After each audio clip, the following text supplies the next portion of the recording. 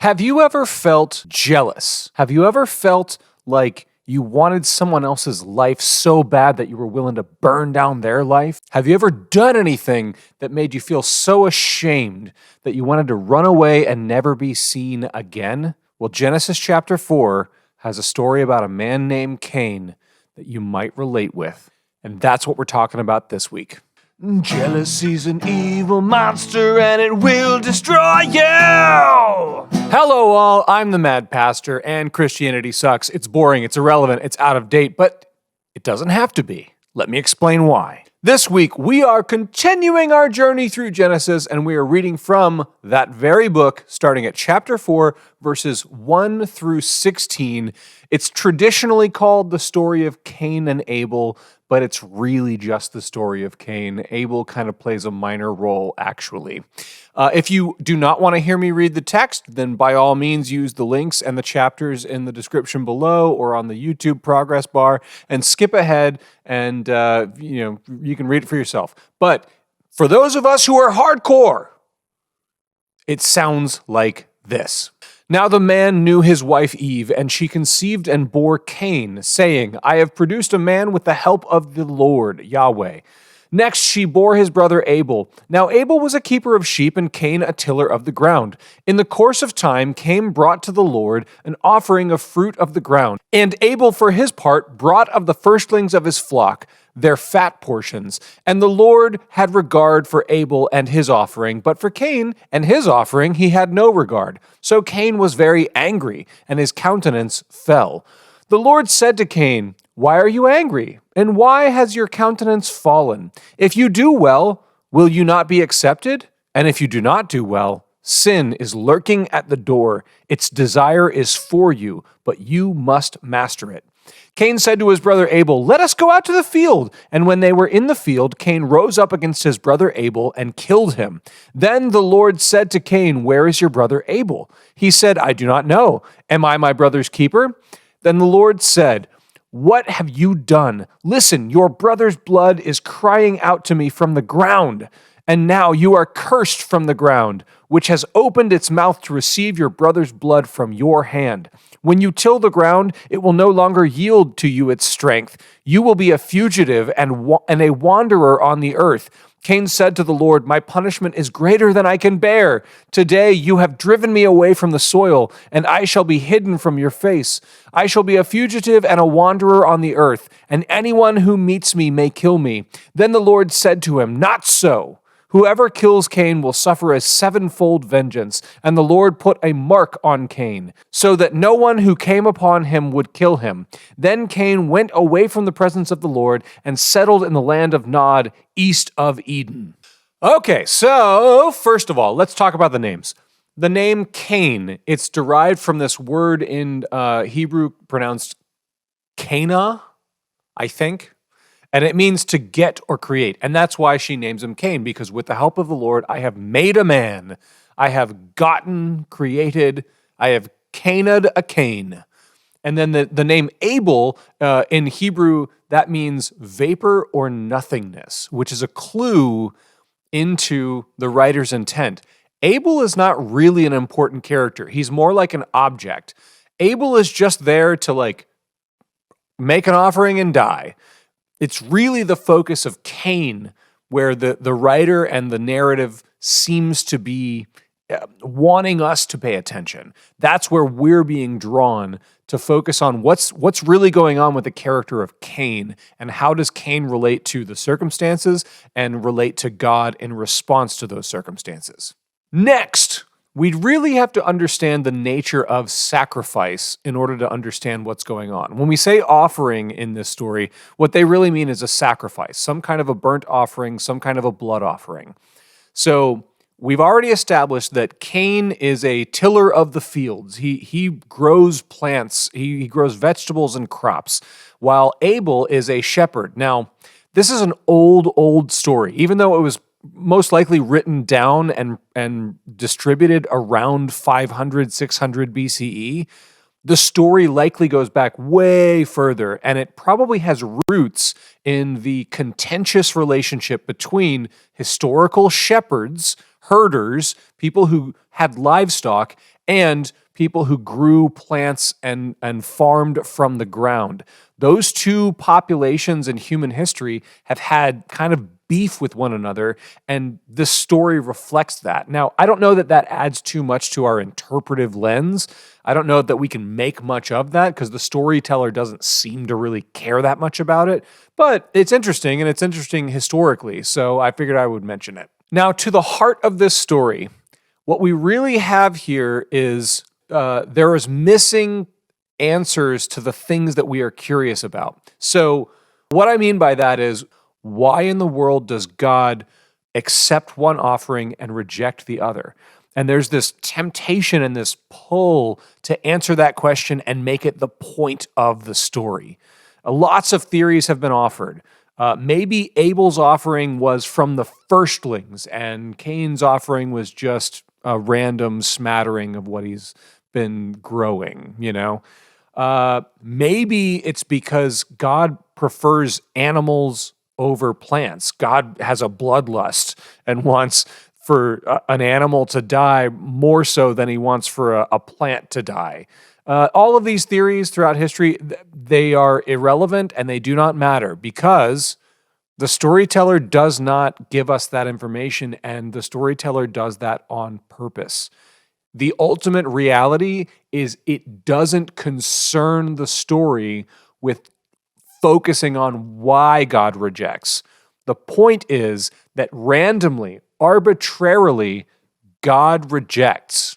Now, in order to understand the real reality, in order to understand the reality of what's going on here, we have to understand that sacrifices and offerings were intended to get God's favor. And it would have been a normal understanding and a normal practice for the original readers and hearers of this story that God would just arbitrarily grant rain so that crops could grow, or would arbitrarily give drought. And people would be like, what have we done? What did we mess up? Maybe our offering wasn't good. And maybe you would have in your herd a series of miscarriages where you wouldn't reproduce enough sheep or goats or whatever you're herding. And there would be like this question, have we pissed off God? Have we done something wrong? That's the heart of this story. Abel is herding his sheep and he's making offerings, and for some reason, the herd goes well. When it says accepted, rejected, that's the sign. It's not like God is sending them an email and saying, hey, that was a good offering. Thanks, Abel and Cain. We really need to work on your offerings. No, the way that they knew that the offerings were good or bad was whether or not the herd or the crop was abundant, or maybe it was a little slim. For whatever reason, the randomness and chaoticness of the universe, Abel's offering was pleasant, and therefore the herd grew. Cain's offering was not, and therefore there probably wasn't that great of a harvest that year. The other thing that is not mentioned in here that needs to be talked about is this idea of the mark of Cain. It doesn't describe what the mark is, and that's another question. What does that mean? Is it a tattoo? Is it a birthmark? Is it skin color? Now, here's where we have to acknowledge the sins of our past here. Historically, this idea, the mark of Cain, has been used in very racist ways. People have justified slavery and racism on the idea that Cain was marked with dark skin as opposed to white European skin. Let me just be clear, that's wrong. It is absolutely not only historically and factually wrong, but also morally and ethically wrong. So we can all get on board with that. And if anyone disagrees with me, I really, really encourage you to say something in the comments down below. And let's talk about racism in America. The fact of the matter is, the writer does not describe what the mark is, and that's because the writer doesn't really care what that mark is. Maybe at the time it was originally told, that actually meant something.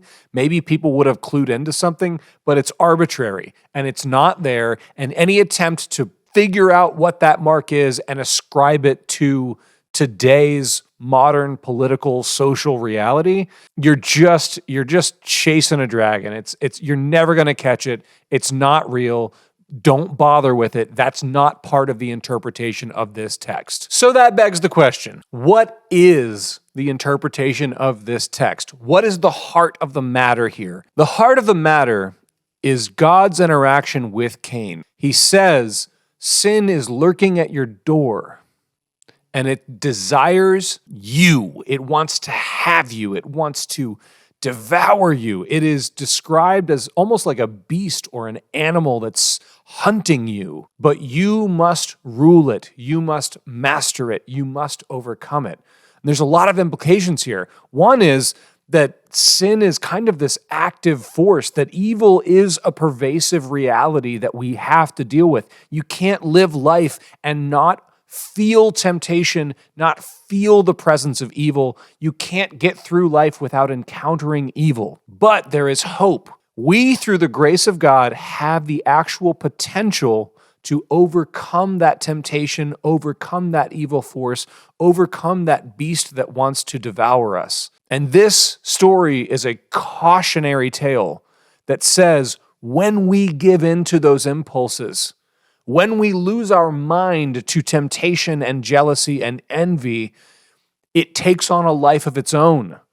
Talk to any 12-stepper. Talk to anybody who's battled addiction. Talk to anybody who's dealing with an addicted style of brain, and you will come to realize that this thing has a life of its own, and it's not just substances. It's not drugs and alcohol. We are addicted to all kinds of things: affirmation, social media, our appearance, vanity, all kinds of things take on this beast-like quality, and they can begin to take over our lives. There is good news, though. Even after that has taken place, even after evil has devoured us and we are consumed by it, there is still a gracious God who longs for our protection, who longs for our mercy. Now, Cain's response is to run away. One of the things that's key here is to notice that Cain adds to his punishment. I will not be able to face you. You will hide your face from me.